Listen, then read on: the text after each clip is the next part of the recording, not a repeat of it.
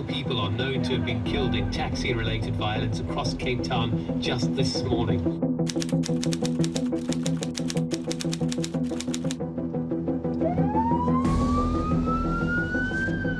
Shooting going on there. That was shooting.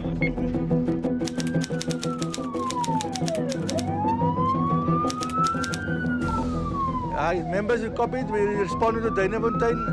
The blue lights on, guys. Sweet homes. Idiot. Cape Town is quite dangerous to be a police officer. We don't know what to expect.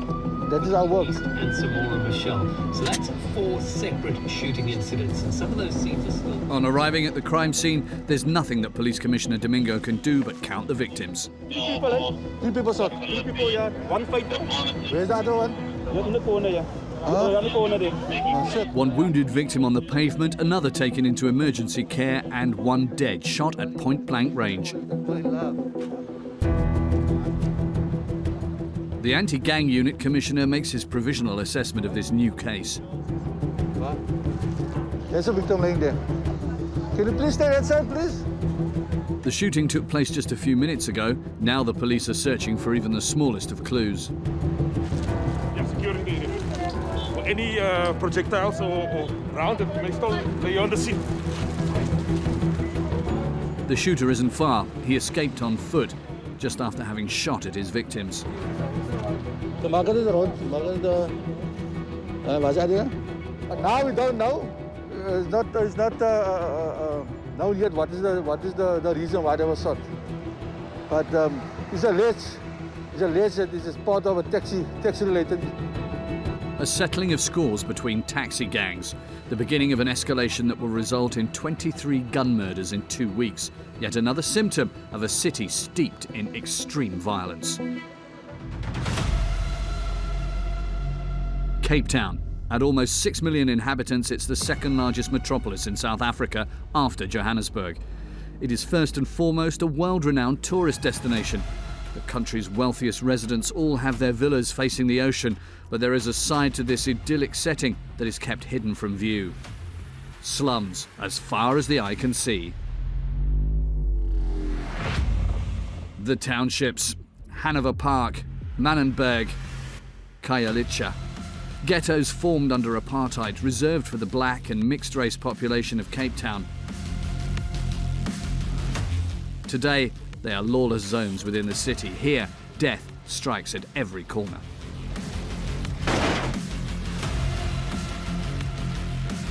Even in the middle of the day. Killings, violent theft, attacks, and all kinds of trafficking. The police are often overwhelmed. He's considered to be the #1 capital when it comes to murder in South Africa. Targeted by criminals with nothing to lose. I'm proud to be American. In response, residents barricade themselves inside their homes. Some of them even arm themselves to protect their families. I carry it with me like this all the time. This is my preferred mode of carry. Other citizens risk their lives in the worst parts of the city in an attempt to restore order. Actually, in this place where you now, this is a gangster paradise. With 3,000 deaths each year, Cape Town has one of the highest rates of homicide in the world. We dive into one of the most dangerous cities on the planet.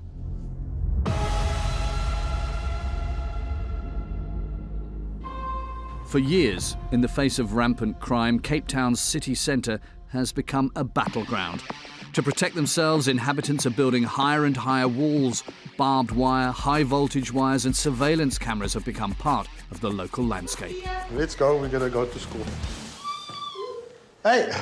Zahir and his wife are raising their children in a well-reputed, quiet suburban neighbourhood. We're going to go to school. Up. It is chilly outside.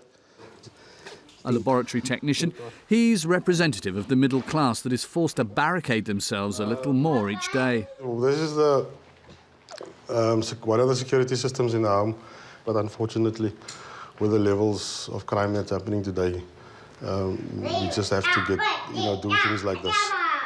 So, yeah, let's get a move on. Zahir and his wife had metal spikes installed on top of their gate. Unfortunately, it wasn't enough. They were burgled twice last year. It's very scary. At night, if you just hear a noise already, and you're up and just looking around and hoping that no one is trying to break in, so you don't leave anything lying around that is going to attract the attention. I will follow, you can say, jump in. Once inside the car, Zahir does not let his guard down, quite the contrary. When I pull out, every time I leave the house, whether I'm going, whatever direction I'm going in, I'll make sure that the gate is closed. So I need to make sure that when I leave that there's nobody getting inside the property when I'm gone. He isn't paranoid. He is the image of all South Africans for whom these habits have become a part of everyday life. I'm always scanning in front of me. I'm checking my rearview mirror.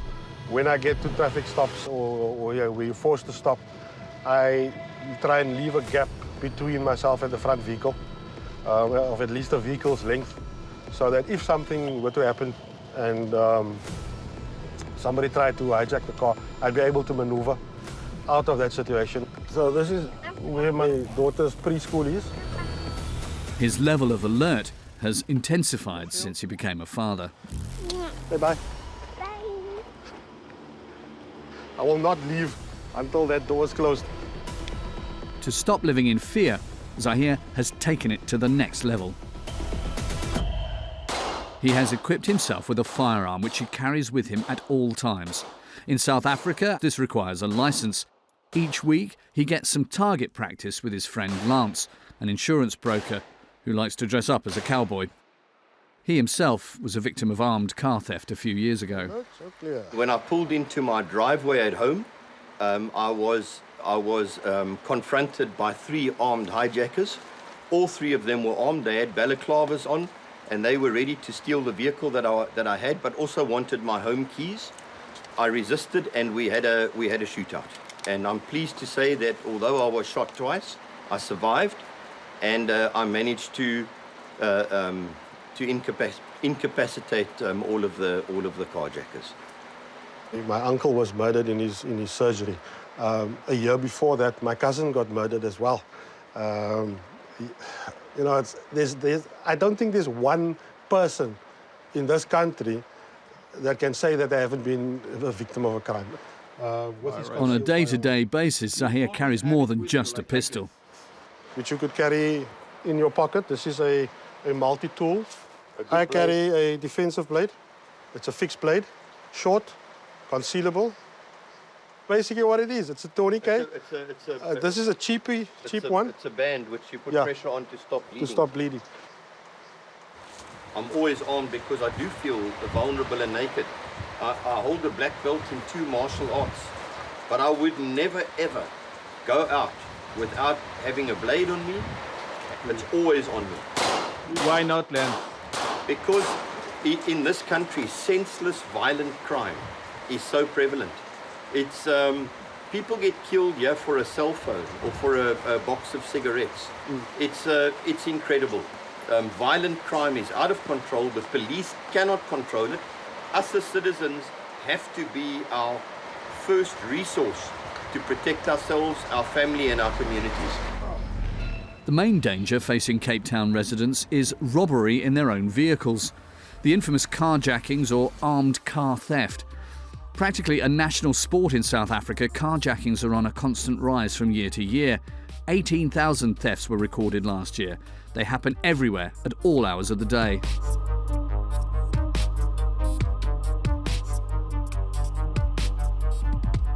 Each time they're carried out the same way. Here we see a group of men that are about to rob a goods van. From a distance, the assailants spot their prey. They've blocked off incoming traffic.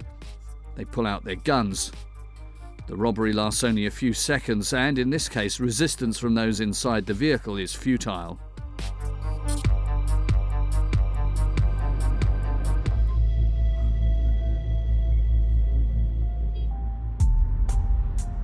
Sandra Fouché is a mother in mourning.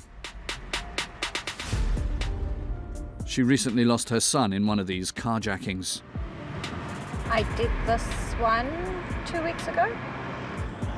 Is the time he was born, and the bottom clock is the time that he died. Kyle had only just turned 21 years old and was killed at the wheel of his car in the middle of the afternoon. 54 days later, and I still haven't got an answer. Today is the first time she's going to the scene of the crime, right in the middle of the township. I'm very close to where it happened now. It was the early afternoon and Kyle had just finished his day's work on a nearby construction site. On the road home, he got caught in traffic. This is the bus stop that Kyle bought. Kyle's car stopped just here. Someone came out of the shacks on that side. 2 guys out of the shacks on that side. They shot at him. I don't know if it was 1 gun, if it was 2 guns, but there were 2 shots. 1 shot missed him, 2nd shot hit him. Kyle managed to drive from there, and as he veered into oncoming traffic, the Avanza tried to move. The Avanza moved forward, but Kyle still managed to hit him. And that was when Kyle collapsed over in his seat and died.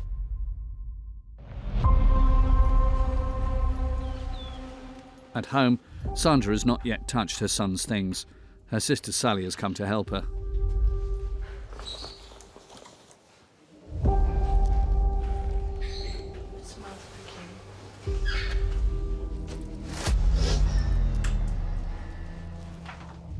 Kyle had just left home, but every weekend he continued to visit his mother and 12-year-old sister, Chloe.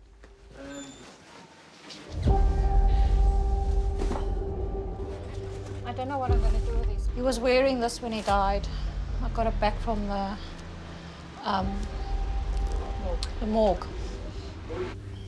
This killing was senseless.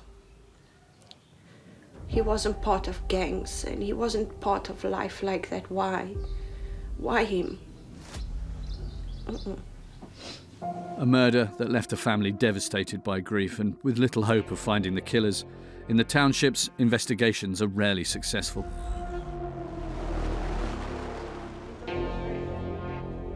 Essentially, Kyle's case will probably never be solved. It'll turn into a cold case. Like 90% or so. He'll become one of those. He'll become one of the statistics in South Africa. Like Sandra, citizens no longer expect anything from their police. Shocking circumstances, proof that the situation has spiralled out of control. Understaffed and undertrained, the police no longer have the means to curb this tidal wave of violence.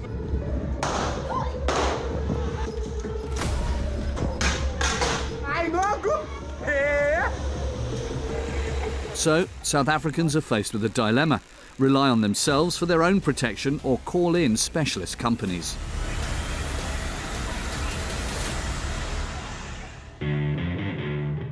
For €300 a month, they provide their clients with a complete package. Camera installation, a mobile patrol, and above all, in case of emergency, a 24-hour armed response. Buntu Mapasa is a manager for one of these companies. I think if you go back to the 9:03.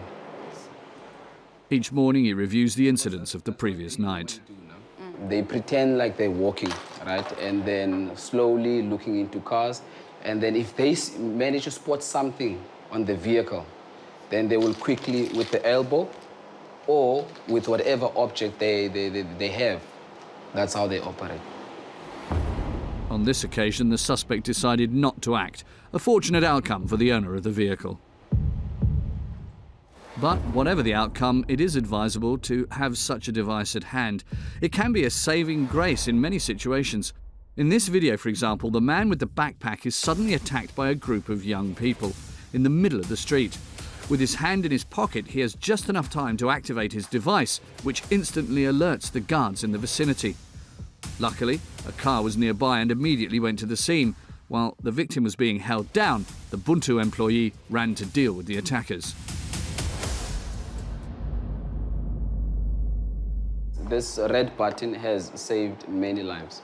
Because remember, if you are able to get a chance to get to the phone, but if you have this would be a direct contact with the control room. As soon as you press it, it will come to our controllers. Buntu Mapasa is 35 years old. He chose this profession for the salary above all else, €1,200 per month, 3 times the average in South Africa. High salary and adrenaline. Private security is one of the riskiest jobs in the country. Last year, 30 security guards were killed in the line of duty. We're more targeted because of the firearms that we carry. Because remember, these criminals, they need the firearms. And they can't walk into a gun shop and start purchasing a firearm. So they will need to get it from somewhere. And unfortunately, they're getting it from us. Buntu Mapasa does not only protect individuals. Lately, another type of clientele has been calling upon his services: shop owners.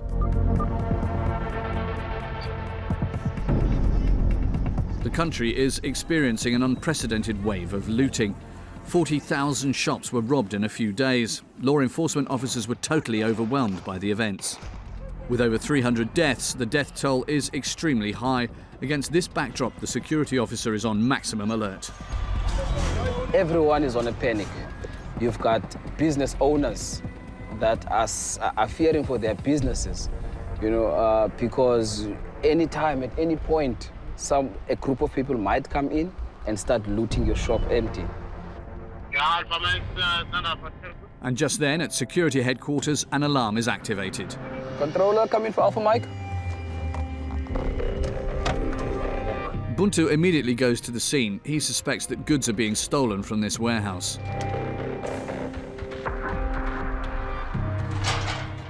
And no signs of forced entry, controller. All appears to be in order. Electric fence is still fine at the top. False alarm.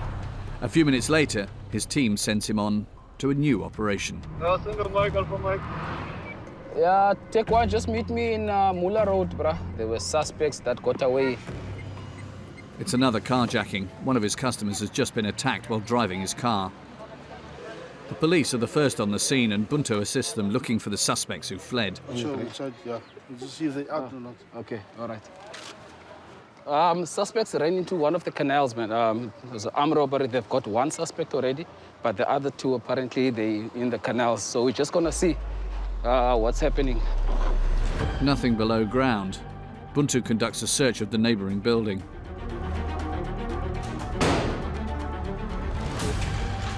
Time is running out to find the fugitives, and it's not playing in the security officer's favor.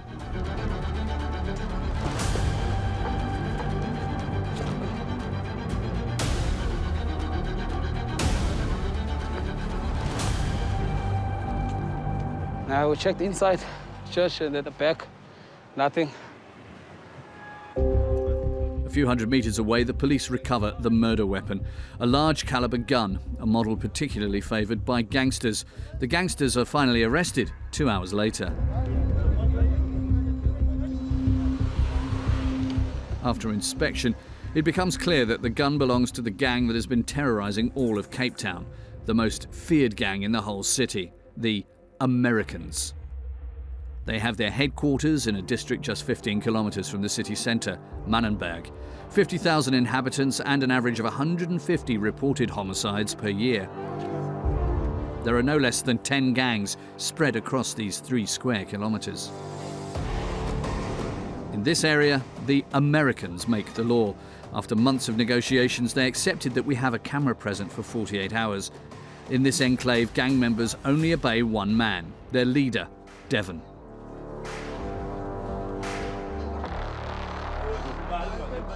This is mess bag, like a knife. This is loot, like a lot of money, this one. And this one, oh, this one. His name is Killer. You know why he's a killer? He like to kill people, man. Straight talk, he like to kill people. That's why I get that nickname, Killer. All these gangsters have robbed, raped and killed. Their leader, Devon, 41, is the most feared of them all. Actively wanted by the police, a price has also been put on his head by all the rival gangs.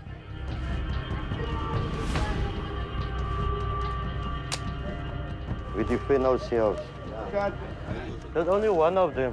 You see the others is here looking out at the borders. that the enemy can't come.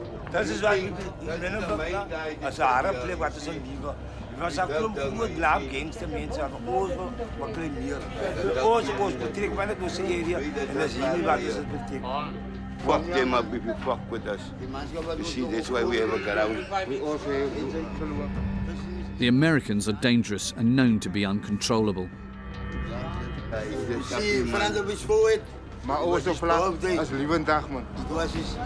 Especially when under the influence of drugs. You see, ugly Americans, you. All of us had something like that. God bless America. We are born Americans, we die Americans. That's our life. There's no turning back from being in the gang. You feel like you're on cloud 9. It's intoxication, man. You doesn't know what's really happening. But this is the good stuff for them. Very good stuff. And you take them? No, I'm drug free. I only take a cigarette and now and then alcohol. My whiskey, I like my whiskey. You understand? No drugs. Why not? How can I sell the stuff? And I use it. I can't get high on your own supply. You understand? Business. It's business. Devon is flooding its neighbourhood with tick, a local version of methamphetamine or crystal meth, an incredibly powerful synthetic drug. This is just 10 rand, that small pieces. And that long one, that one is 30 rand, that one. Within a few months, the drug will make any consumer dependent. Why do you do it, sir? Because I don't smoke it. My mind is not the same. So I must smoke it to get a little bit higher. But how much does the business bring to the house? How much money? Yeah. No, that's a very uncomfortable question you ask me now, man. You understand? That's enough to go on, man. For me and my people here. Devon won't tell us where the drugs come from or how he gets them. His business is sales. A task taken on by his two lieutenants, Jermaine and Gennaro.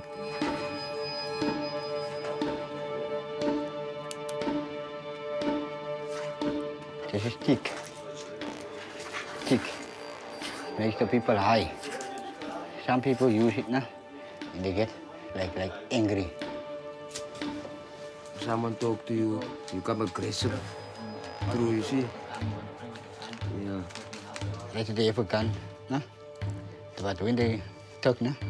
They wanna play with the gun now, and they wanna have the gun and cock the gun and do everything with the gun. You say you take it to the corner, you're gonna sell it now to the customers. Dealing is a risky business. Before rising up the ranks, Jermaine and Gennaro started out in the field. Just here, like this. Blob here. In front there, they shoot it. I'm looking for Jermaine that night. And then they started shooting, All the time. He was running in front of me, but they shoot him scrums here, in the back here. So I thought maybe he's gonna fall. Because I'm running at the back, I'm watching him, running. And I see, yeah, he's gonna fall. But okay, he didn't fall. He managed and he go. The dealer was left with lifelong injuries. Yeah, stole my bag. Stole my bag, he have also here. And look how does it look. They're forced to walk with the stuff. Yeah, this is his personal one. And what is his name? In the gang, Dylan is a hitman, a hired killer. He boasts proudly of his murders. It takes 19. No, how many people does that gun? This gun, it killed. It killed plenty of people. I just come out shortly time out of prison. So this thing, man. I catch you, I pick you up, and face off.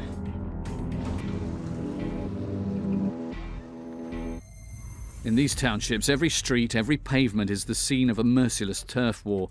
The police's efforts seem futile. Gangsters kill each other for control of the drug trade, by far the most lucrative business.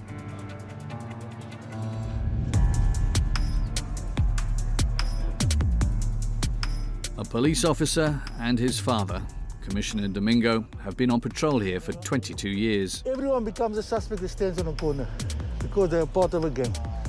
So they will rather have drugs on them, or maybe, if you're lucky, they will have a firearm on them.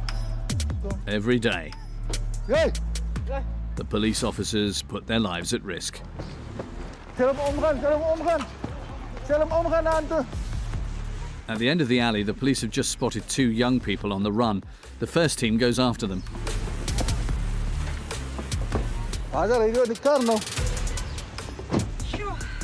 So you must come from both sides if you want to catch them. Because usually when you come from one side, they run to the other side. The other one. The police's trap allows them to close in on the dealers, but they got rid of their goods before they were caught. What are you looking for here? Mandrakes. They normally hide it in between the rubble. Mandrax, an extremely powerful synthetic drug. It takes the form of small white pills.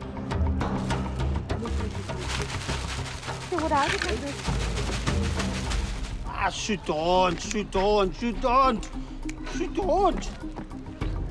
They're selling this mandrax.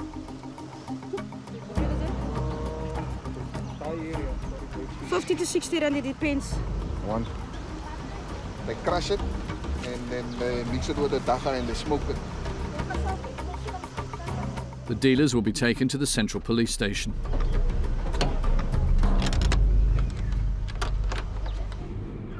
They will give them a fine, or for the most, is it how many, 2 years, 3 years for drugs?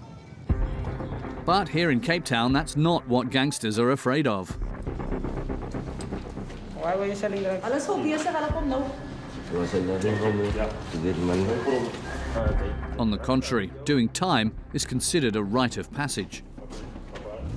If they maybe assault a prison warden, or then they climb the ranks, or kill a prison warden, they climb the ranks, or kill someone in prison, they climb the ranks. After this first arrest, the anti-gang unit goes back on the ground. This time in Hanover Park, a completely dilapidated district.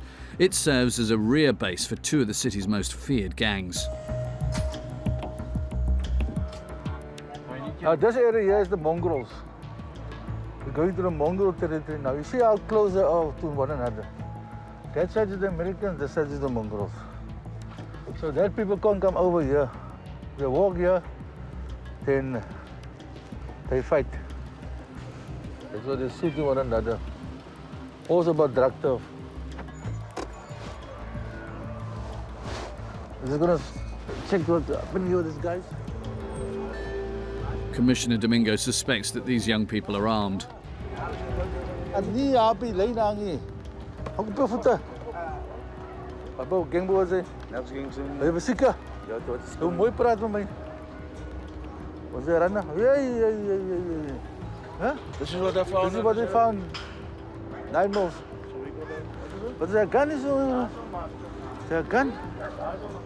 As ik ze met een bullet hier op jou. Wanneer zit er op hotel?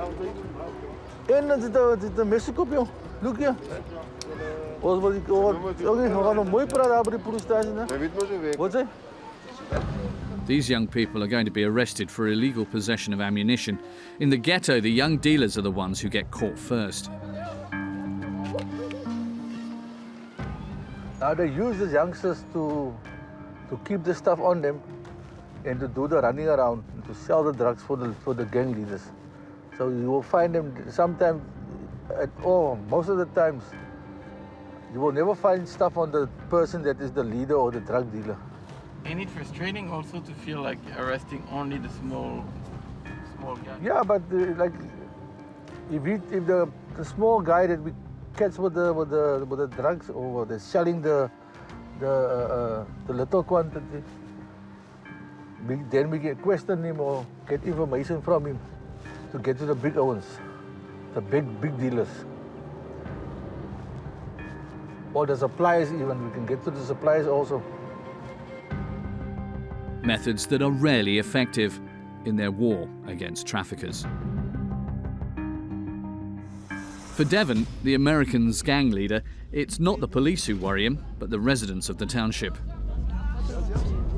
Nothing must interfere with the smooth running of his business. As it happens, an incident has just occurred. One of the inhabitants of the territory he controls has been robbed.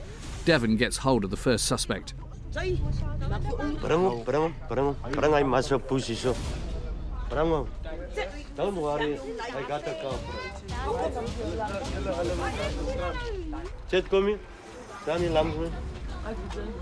Kijk eens hier over mij. Hij moest gewoon horen voor op zijn plek, no? Wie wil zeggen, is sterk, wie is het? Maar niet, als je gaat zeggen, als je wie op je gezegd, om te zeggen dat hij moet liegen, dat weet je, dan gaat hij ook geslacht worden, no? Hoor wat ik wil zeggen? Hoor wat ik wil zeggen? One of Devon's lieutenants grabs a hammer to make him talk. Wie dat doen? Wie dat doen? Wie het zeggen, wie dat doen? In the end, the interrogation is fruitless. At the same time, the victim of the burglary arrives at the scene.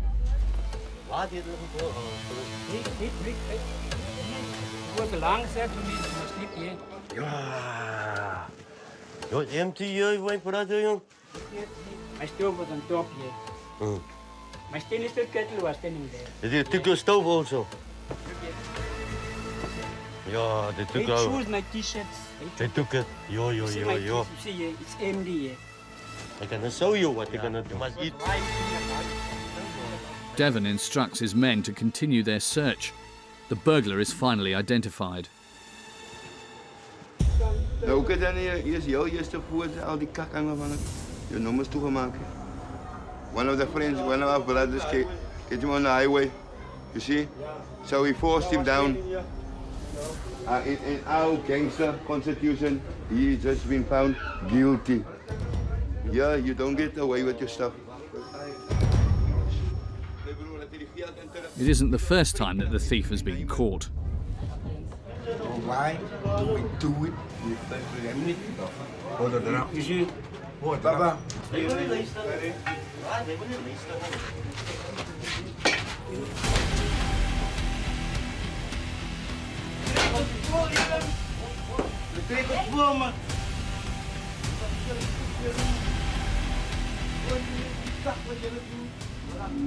Devon will let his henchmen deal with the burglar.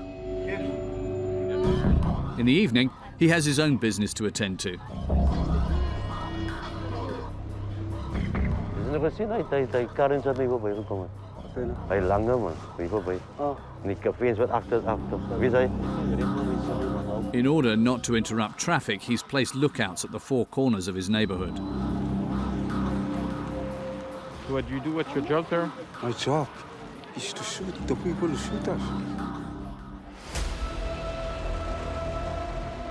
I must check out for the enemy, all the police also as well, you know. Like you see the police, they're up and down. The gangs earn between 8,000 and 10,000 euros a month from this business, the bulk of their income. Our later get now, more people is coming out. It's like vampires, they sleep in the day and get out in the night. You understand? What are you gonna see? If you don't have a lot of people coming out. Where this? You're gonna work later? American style, I'm working already. You see, it's the woman's time to work now. You see the other woman didn't work? She's gonna work now. Tess is one of the only women dealers in Mannenberg. Is it change? She is also a drug user. Make a plan. Make a plan. Is it a dangerous job that you're doing? Yes, it's dangerous, but you have to stay cool. Body language is most important when you do this job. The police coming, not going to be cool. They're trained for body language, so they'll know something's up. Like me, when I see the police, I'm cool. I just walk away. Each night, she pockets 20 euros at the end of 12 hours of dealing. Come early morning, she is back in her makeshift hut. This is where I stay. This is my baby. This is the boy, this is his friends. As brood, puni sak, love you. A puni sak is brood.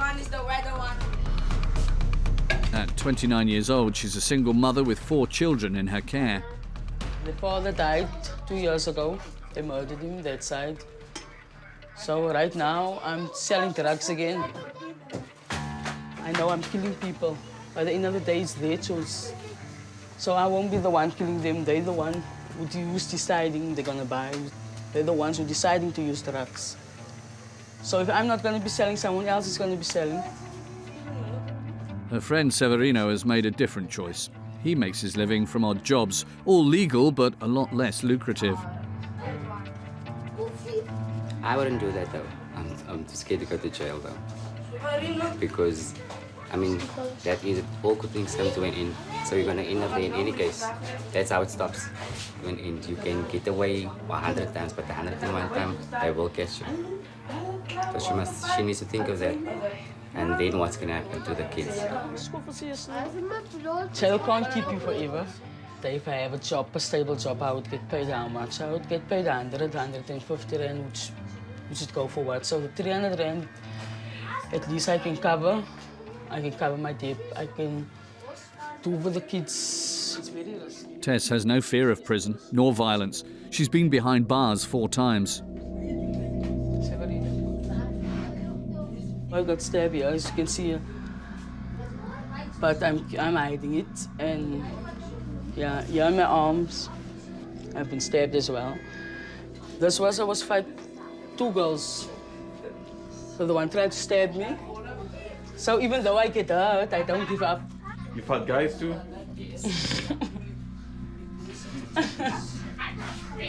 I can always say this.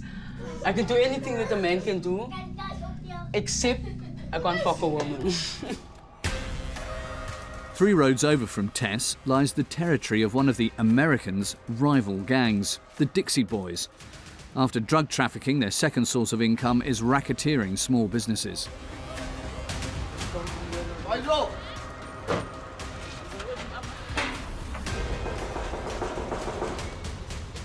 It's a Faisal. Welcome on. In charge of collecting fees is Noor, 22 years old, one of the leaders of the Dixie Boys. Get done. Get done, man. He's feared for his brutal and coercive methods. One Sunday a month, he makes his rounds to collect money. 500 no? Yeah. Yeah, my bro, you must know the reasons also, my bro.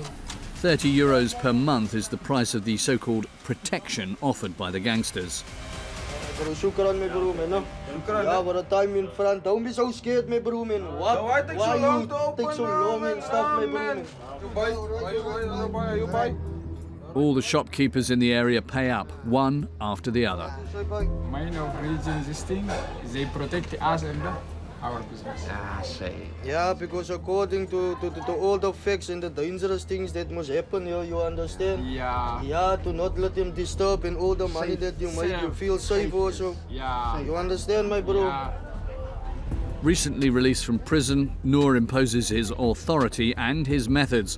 Those who cross him do not stand a chance. And right now, he's angry. I know this other guy here from us, this manskap here from us, you understand? You know what he do? He go there by the Nazis here, he take the Nazis money and run away. So they come complain by us and so we just beat him up a lot there. He is here.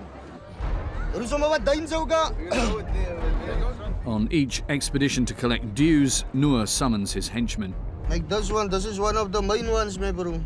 His name is Danger, my bro. You understand? Yeah, he is the one that make the whole time, my bro. You understand? The main shooter, my bro. We will sort him now out because he think we are fucking playing here. You understand? He's breaking down. I go for them. You understand? You mean the other crew. Jesus place. I fuck you up. Okay, my bro. I fuck you up. Now, mess up. Yeah, something like this. Wala dyan si kang nagamit na sa pinit, di vetay sa via entry da bu pio matambo ni gizan. So also number me bro, down me bro. What's up? What's up? The gangsters will settle for a beating. The victim can count himself lucky. Next time you shoot him, it's not. If you go the second time you shoot him, that's the first round. He was shot. You see here? Can you see? He was shot here, man. Multiple times here, my bro. Here, right up, they stitch him here. They shot him here through, my bro. That's why. That we can, but if he's gonna do again something like that, then we're gonna kick for by that no more so. Salute. On the streets of Manenberg, there is another business going on behind closed doors. This business is run by Rashid, one of the oldest members of the Dixie Boys. On the surface, he runs this garage.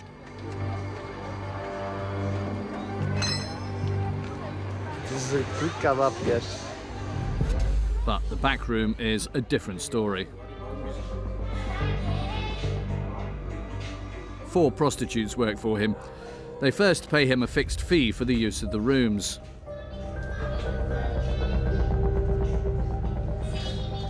How much must they bring to you each month? 1,000. Otherwise? Otherwise, they owe me. The pimp also pockets half of what the girls earn after each shift, €4. Is it fine? Cool. Okay. Thank you. In South Africa, prostitution is a crime, punishable by a fine of €350 and up to 3 years in prison.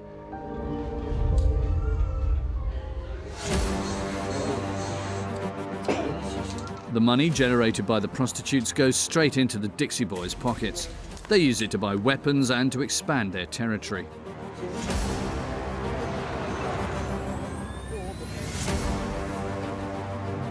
This place is almost like a fucking ticking bomb, bro. You must know what is a ticking bomb. A time bomb, bro. Any moment, any second, bro, things happen here, bro. In a split second, people die. In a split second, people at the end of the day. Noor is eyeing the neighbouring blocks of flats. They are under the control of the Dixie's rival gang, the Hard Livings. For the time being, the 2 gangs have declared a truce. You see, we grew up all together, bro, but they full of shit, those guys. You understand? Like this here, we all together here, but we shoot each other here from this corners, bro. Here, this side, you see, like this court, and the other one, and that court there by the park, that is our ground. All it takes to start a war is a small spark. One wrong word, a provocation. There where danger is walking now. And if they see that guy, bro, they full of shit, bro. And they soon go take guns out and all this stuff. Maar ze kan hulle omvat, ek het weet maar sy gaan die saam oor bro, maar danger! Danger! Anito? No was. You understand waar danger nou bro? Danger is like a pit bull. We can make him lose at any time. If you say danger, go. He goes. That's his job. He kills. That's his job. His daily job. A provocation without consequences, this time. I don't care about they ask me why I'm walking on their territory. I'm just tell them we must not fighting. Why can't walk this side? But Friday night they want to fuck around with us, so we saw with them. We're not here to play. In March, a series of shootings took place in Manenberg, leaving 14 people dead and 10 seriously injured. As usual, they took place in the middle of the day. In plain sight. The police, powerless, could do nothing to stop this outburst of violence. When the gang wars when it's on, they don't care.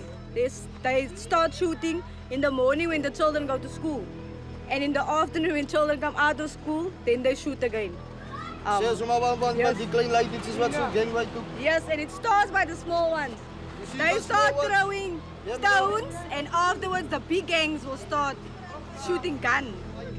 In Manenberg, the next generation is already taking shape.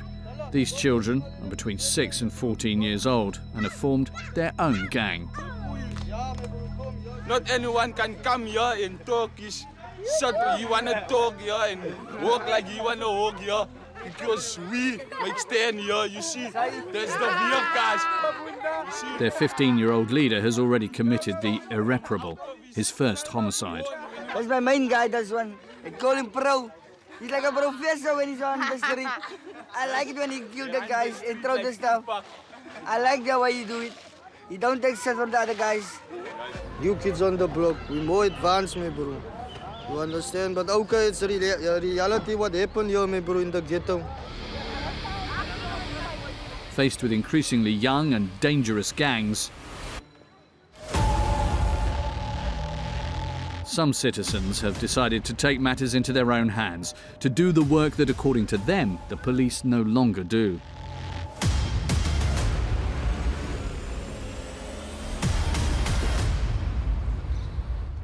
Lynn Phillips is a teacher and a member of a highly organised citizens' militia. This is the TMC, shotgun. This is what goes into the TMCs. It feels intimidating. The guys out there, they've got better equipment than what we have. So a bib and a baton and pepper spray is not going to help.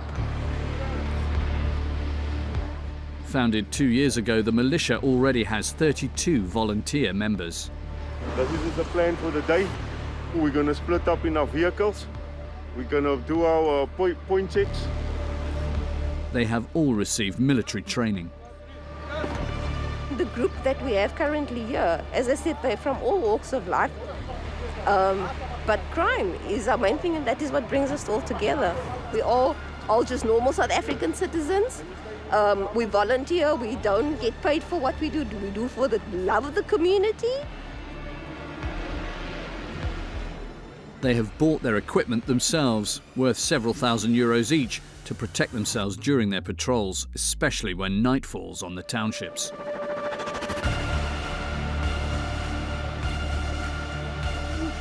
Where we're driving through now, it's a hot spot, and it's just a battlefield.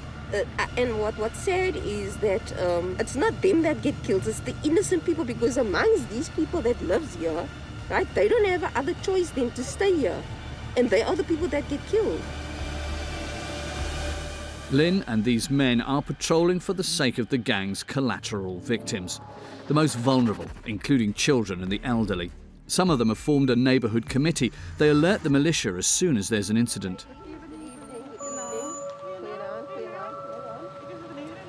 An hour ago, there was a guy was robbed. We were standing on 6 on the corner that side.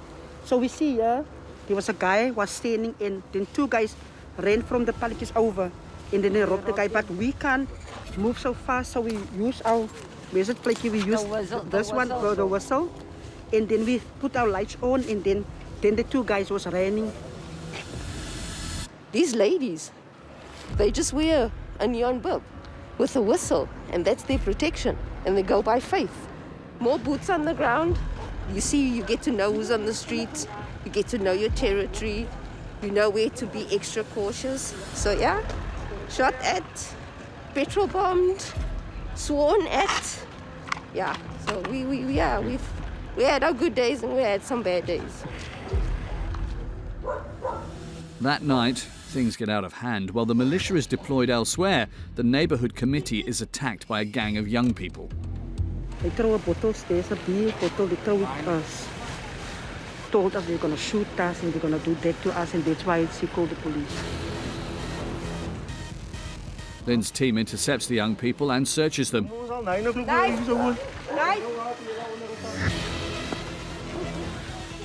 They are all carrying knives.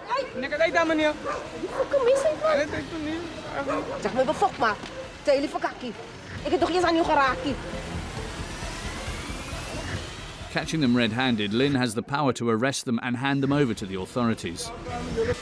We can actually take him down to the station for carrying a dangerous weapon.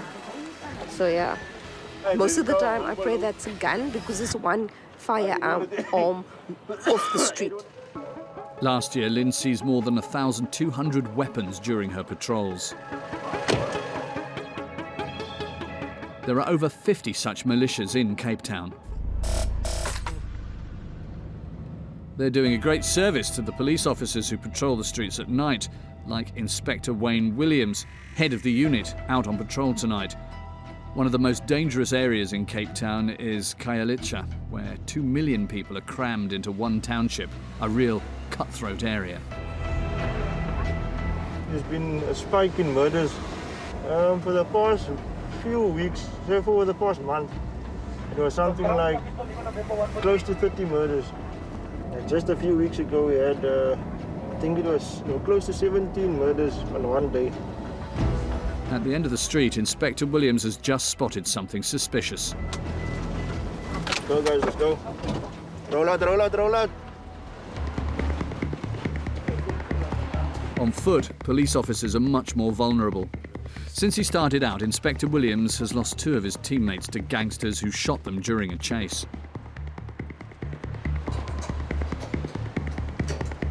This is a very notorious part of sites here.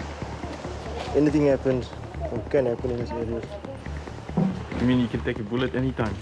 At any time. And so we armor up. There's a guy that ran through this gang.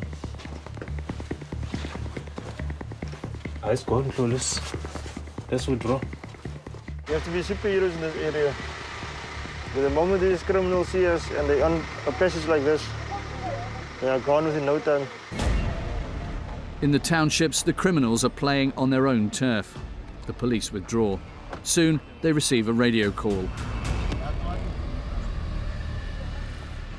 It happened a few minutes ago, so we're just gonna go have a look there.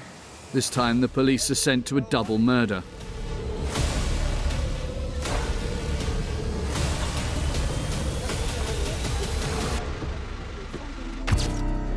It happened inside this house.